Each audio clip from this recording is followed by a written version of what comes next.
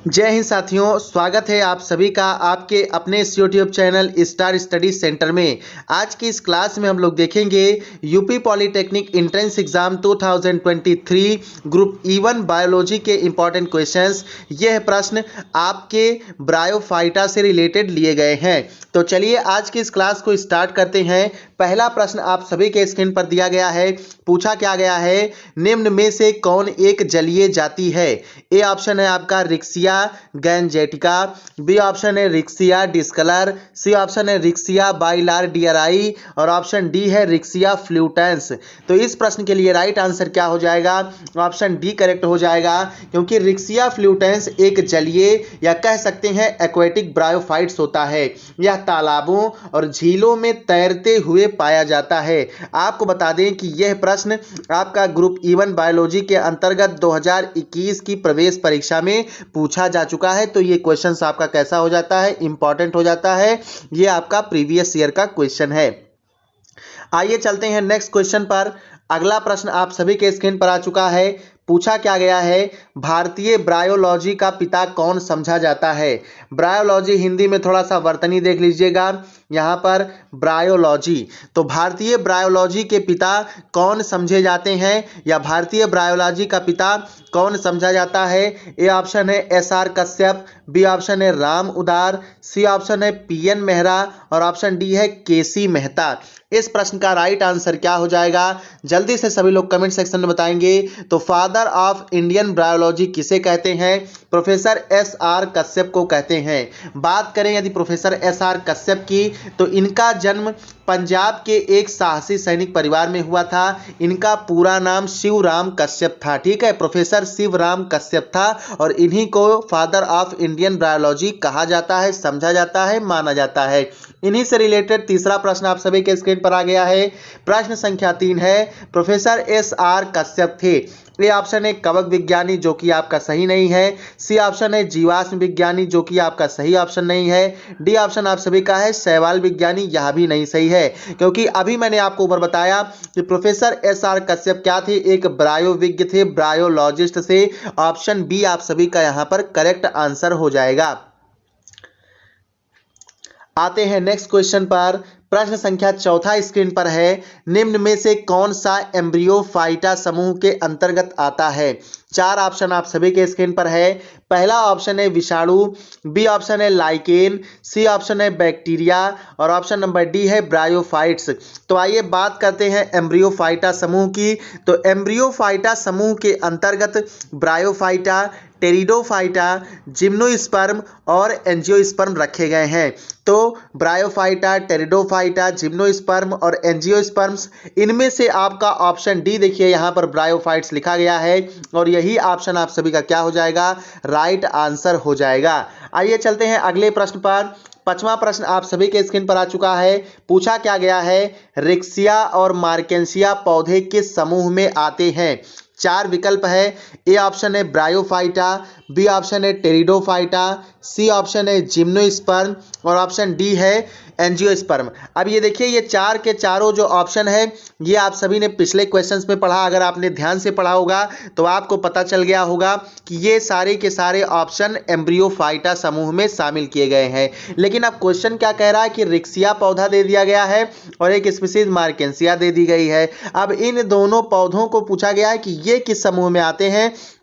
तो बात करें यदि रिक्सिया और मार्केंसिया की, तो ये जो पौधे हैं ये ब्रायोफाइटा समूह के अंतर्गत आते हैं। ऑप्शन ए यहां पर आपका क्या हो जाएगा? करेक्ट आंसर हो जाएगा। रिक्सिया और मार्केंसिया ब्रायोफाइटा समूह के अंतर्गत आते हैं। आइए चलते हैं अगले प्रश्न पर। 6वां प्रश्न आप सभी के स्क्रीन पर आ रहा है भाई। 6वां प्रश्न देखिएगा, पूछा क्या गया है। 6वां प्रश्न है, नर्स कोशिकाएं किसमें पाई जाती हैं? Nurse cells are found in. तो देखिए 4 विकल्प दिया गया है। इसमें से आपका ऑप्शन है ए है रिक्सिया, बी ऑप्शन है मार्केंसिया, सी ऑप्शन आप सभी का फ्यूनेरिया और ऑप्शन डी है आपका इनमें से कोई नहीं। तो बात करें नर्स सेल्स की, तो ये जो नर्स कोशिकाएं हैं ये किसमें पाई जाती हैं? आप सभी का ऑप्शन ए करेक्ट हो जाएगा। रिक्सिया में नर्स कोशिकाएं पाई जाती हैं। आइए चलेंगे अगले प्रश्न पर। 7वां प्रश्न स्क्रीन पर आप सभी के आ चुका है। पूछा क्या गया है, लगभग सभी ब्रायोफाइट्स हैं। क्या है लगभग सभी ब्रायोफाइट्स? ए ऑप्शन दिया गया है जलीय, बी ऑप्शन आप सभी का दिया गया है स्थलीय, सी ऑप्शन आप सभी का दिया गया है उभयचर और ऑप्शन नंबर डी दिया गया है आपका इनमें से कोई नहीं। और इस प्रश्न के लिए राइट आंसर क्या हो जाएगा? आप सभी का ऑप्शन नंबर सी करेक्ट हो जाएगा। लगभग सभी ब्रायोफाइट क्या है? उभयचर है। Option C is the right answer for this question. आते हैं अगले प्रश्न पर। बहुत ही इंटरेस्टिंग क्वेश्चन है, इंपॉर्टेंट क्वेश्चन है। पादप जगत का उभयचर किसे कहा जाता है? पादप जगत का उभयचर किसे कहा जाता है? या कह लीजिए प्रश्न आपका लिखा गया है कि पादप जगत का उभयचर कहलाते हैं the amphibians of plant kingdom are bryophytes, gymnosperm, pteridophytes या फिर ऑप्शन डी है एंजियोस्पर्म। तो मैंने शुरुआत में ही आपको बताया था कि आज के इस क्लास में हम ब्रायोफाइट्स के क्वेश्चंस को देखने वाले हैं। तो आप यहाँ पर कह सकते हैं या फिर जिनको भी यह प्रश्न याद था तो यह कौन सा राइट आंसर कहेंगे? ऑप्शन ए राइट आंसर कहेंगे, क्योंकि पादप जगत के उभयचर कौन कहलाते हैं?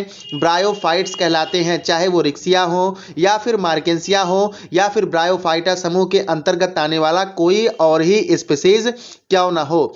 चलिए आते हैं अगले प्रश्न पर। 9वां प्रश्न आप सभी के स्क्रीन पर है, देखिएगा पूछा क्या गया है, विशालतम ब्रायोफाइटा है। या फिर इस प्रश्न को आप इस तरह से समझ सकते हैं कि ब्रायोफाइटा समूह के अंतर्गत आने वाला सबसे विशाल ब्रायोफाइट कौन सा है? सबसे बड़ा ब्रायोफाइट कौन सा है? तो ए ऑप्शन दिया गया है रिक्सिया, बी ऑप्शन आपका दिया गया है डावसोनिया, सी ऑप्शन आप सभी का दिया गया है एंथोसेरॉस और ऑप्शन डी दिया गया है इनमें से कोई नहीं। यहां पर इस प्रश्न का जो राइट आंसर हो जाएगा ऑप्शन बी करेक्ट हो जाएगा। डावसोनिया को क्या कहते हैं? विशालतम ब्रायोफाइट कहते हैं। यही क्या है? विशालतम ब्रायोफाइटा है। ऑप्शन 9 प्रश्न संख्या 9 का ऑप्शन नंबर बी आपका करेक्ट हो जाएगा। चलते हैं अगले प्रश्न पर। अगला प्रश्न देखिएगा, इंपॉर्टेंट क्वेश्चन है आप सभी का। प्रश्न संख्या 10 देखिएगा, पूछा क्या गया है, ब्रायोफाइट्स को शैवाल से पृथक किया जा सकता है। देखिए ब्रायोफाइटा है एक और एक दूसरा क्या है? एल्गी है। तो ब्रायोफाइटा को एल्गी से अलग कर सकते हैं किस आधार पर? ऑप्शन ए है, यह थैलस के आकार के होते हैं। कौन? ब्रायोफाइट्स। या फिर ऑप्शन बी पूछा गया है, इनमें संवहन ऊतक नहीं होता है। तो किनमें? ब्रायोफाइट्स को, क्योंकि ब्रायोफाइट्स से ही शैवाल को, क्योंकि ब्रायोफाइट्स को शैवाल से पृथक कर रहे हैं तो यहाँ पर क्या हो जाएगा? ब्रायोफाइट्स में संवहन ऊतक नहीं है।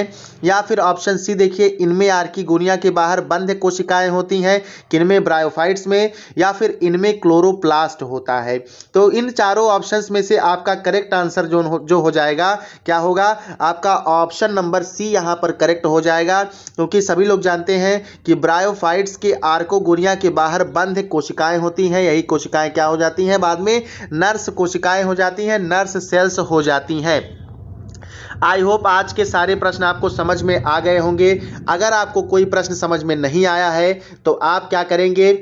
कमेंट सेक्शन में आप उस क्वेश्चन को, अपने डाउट को लिखेंगे। मैं वहां पर आपको आंसर देने का भरसक संभव प्रयास करूंगा। साथ ही आप स्टार स्टडी सेंटर कहां सर्च करेंगे? कहां सर्च करेंगे? टेलीग्राम पर सर्च करेंगे। इसी चैनल के लोगो वाला चैनल वहां भी आपको दिखाई दे जाएगा, उसको ज्वाइन कर लेंगे। वहां पर आपको क्विज कराया जाता है, आप क्विज का आंसर दे पाएंगे, क्विज जो है देख पाएंगे। साथ ही साथ चैनल पर नए हैं तो चैनल को सब्सक्राइब कर लीजिए। इसी टाइम आपकी रोज क्लासेस होंगी। कब? 8 बजे आपकी रोज क्लास होगी। ठीक है, मैंने गलती से 7 लिख दिया। 8 बजे रात में रोज क्लास होगी यूट्यूब चैनल पर, इसीलिए आप चैनल को सब्सक्राइब कर लीजिए। साथ ही जो छात्र बैच ज्वाइन करना चाहते हैं वो लोग बैच ज्वाइन कर लें। एप्लीकेशन फॉर्म आते ही हम बैच स्टार्ट कर देंगे, जिसकी फीस मात्र 129 रुपये है। ये कोई बहुत ज़्यादा फीस आपका नहीं है। बैच को ज्वाइन करने के लिए क्या करेंगे? आपको डिस्क्रिप्शन में इंस्टाग्राम का लिंक मिल जाएगा, वहां पर मैसेज करेंगे, वहां पर आपको पेमेंट का प्रोसेस बता दिया जाएगा। पेमेंट करने के बाद आप बैच ज्वाइन कर सकते हैं। नोट्स, पीडीएफ्स आदि सारी चीजें आप प्राप्त कर सकते हैं। चलिए मिलते हैं नेक्स्ट क्लास में। जय हिंद, जय भारत, वंदे मातरम।